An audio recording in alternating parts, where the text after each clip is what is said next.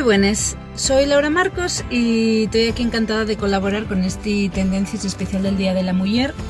Quiero falaros dun micromachismo, aunque non me presta mucho ese término, porque parece que lle quita importancia y en realidad lle una muestra de machismo más y una manifestación más del patriarcado que quiere someter a las mujeres al su poder. Que lle cuando tú estás pela calle tan tranquila y bien un señor o a facete de algún tipo de comentario que non lle agradable, non lle nada por lo que te tengas que sentir afalagada ni poner contenta,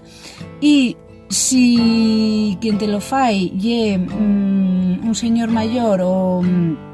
y tú es una rapacina o lle de noche o estás en algún sitio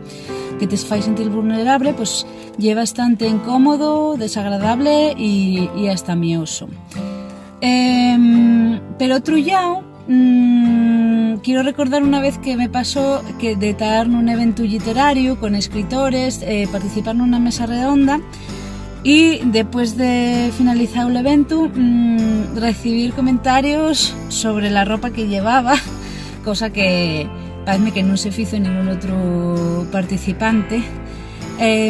Así, con esto quiero deciros que non é que non se poda facer cumplíos a la xente, pero por favor, tenéis siempre en cuenta si tenéis confianza con esa persona, si lle el momento o si realmente a la otra persona va a prestar y o va a ponerla en un compromiso.